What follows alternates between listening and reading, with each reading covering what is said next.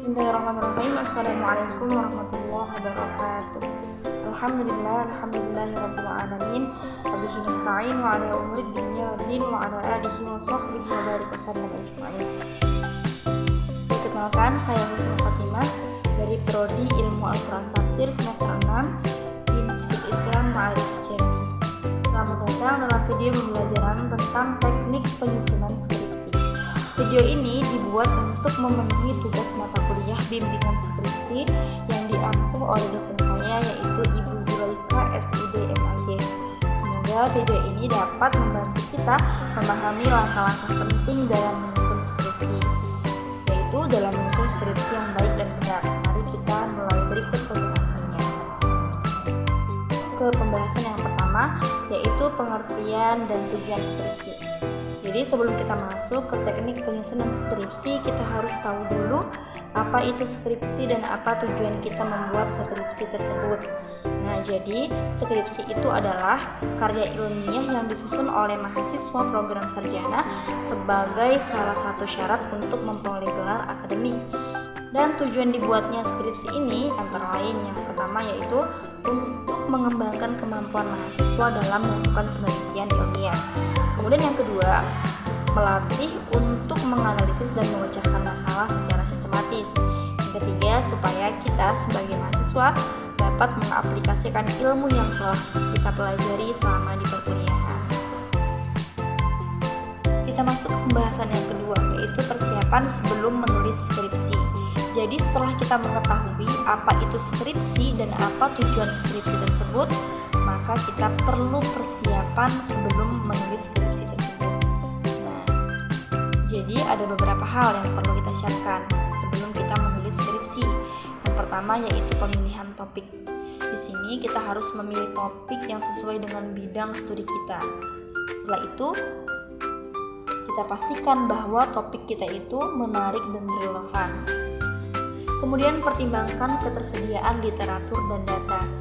Jika tersedia, maka kita akan lebih mudah dan yakin untuk mengembangkan tema yang ingin kita bahas.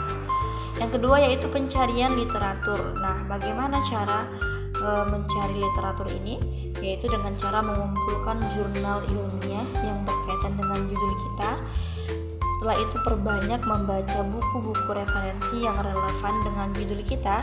Kemudian catat semua sumber yang kita dapat dari buku-buku dan jurnal-jurnal tersebut dengan baik. Yang ketiga, konsultasikan dengan dosen pembimbing. Di sini kita bisa diskusikan ide penelitian kita dan minta saran, masukan kepada pembimbing kita. Kemudian kalau bisa, kita harus menentukan pembimbing yang sesuai dengan bidang kita agar penelitian skripsi kita lebih berjalan dengan mudah dan lancar. Dan yang ketiga yaitu struktur skripsi. Struktur skripsi adalah penyusunan skripsi yang baik dan benar dan dimulai dari bagian awal. Nah, bagian awal skripsi ini terdiri dari beberapa hal, yaitu yang pertama halaman judul yang berisi judul skripsi, nama kita, dan institusi. Yang kedua ada lembar pengesahan. Lembar pengesahan ini yang berisi tanda tangan dosen pembimbing dan ketua jurusan. Yang ketiga ada abstrak yang merupakan ringkasan singkat tentang isi skripsi. Yang keempat ada kata pengantar yang merupakan pengantar singkat tentang latar belakang dan tujuan penelitian. Yang kelima ada daftar isi yang memudahkan kita menemukan bab dan subbab yang diinginkan. Yang keenam ada daftar tabel dan gambar. Nah, daftar tabel dan gambar ini berisi daftar tabel dan gambar yang digunakan dalam skripsi.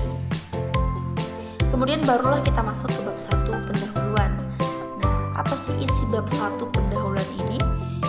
Jadi isi bab 1 pendahuluan ini berisi beberapa hal. Yang pertama yaitu latar belakang masalah. Latar belakang masalah itu isinya menjelaskan tentang latar belakang dan konteks penelitian kita. Kemudian yang kedua ada rumusan masalah. Nah, rumusan masalah ini merupakan pernyataan tentang masalah yang akan kita teliti. Kemudian yang ketiga ada tujuan penelitian. yang merupakan tujuan yang ingin dicapai dalam penelitian. Yang keempat, ada manfaat penelitian yang merupakan manfaat yang kita harapkan dari penelitian tersebut. Yang kelima, ada batasan masalah. Batasan masalah merupakan batasan dan ruang lingkup penelitian. Kemudian masuklah kita ke bab 2, yaitu tinjauan pustaka. Nah, bab 2 tinjauan pustaka ini berisi beberapa hal, yaitu yang pertama, landasan teori. Landasan teori ini menjelaskan tentang teori yang kita gunakan dalam penelitian. Kemudian yang kedua, ada penelitian terdahulu yang merupakan review tentang penelitian yang telah dilakukan sebelumnya. Yang ketiga, ada kerangka pemikiran. Kerangka pemikiran ini merupakan kerangka pemikiran yang digunakan dalam penelitian. Yang keempat, ada hipotesis. Nah, ini jika ada ya, kalau nggak ada tidak apa-apa. Hipotesis ini merupakan pernyataan tentang hipotesis yang akan diuji. Yang ketiga, itu barulah kita masuk ke bab 3, metodologi penelitian. Jadi bab 3 metodologi penelitian ini berisi beberapa hal. Yang pertama yaitu jenis penelitian yang menjelaskan tentang penelitian yang kita gunakan. Yang kedua yaitu populasi dan sampel yang menjelaskan tentang populasi dan sampel yang kita gunakan. Yang ketiga ada teknik pengumpulan data yang menjelaskan tentang teknik pengumpulan data apa yang kita gunakan. Yang keempat ada metode analisis yang menjelaskan tentang metode analisis yang kita gunakan. Masuk ke bab 4 yaitu hasil dan pembahasan. Bab 4 ini berisi beberapa hal. Yang pertama yaitu deskripsi data yang menjelaskan tentang data-data yang diperoleh. Kemudian yang kedua ada analisis data yang merupakan analisis data tentang hasil penelitian. Yang ketiga ada interpretasi hasil yang merupakan interpretasi tentang hasil penelitian. Yang keempat ada diskusi yang merupakan diskusi tentang hasil penelitian. Setelah itu barulah kita masuk ke bab 5 yaitu penutup. Nah, bab 5 penutup ini berisi kesimpulan yang merupakan kesimpulan tentang hasil yang kita teliti.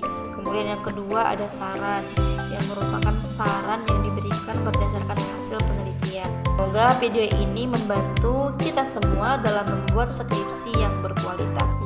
Mungkin cukup sekian yang dapat saya sampaikan. Saya Husnul Khotimah pamit undur diri. Apabila ada kata-kata saya yang salah, saya duluan minta maaf. Wabillahi taufiq wal hidayah. Wassalamualaikum warahmatullahi wabarakatuh.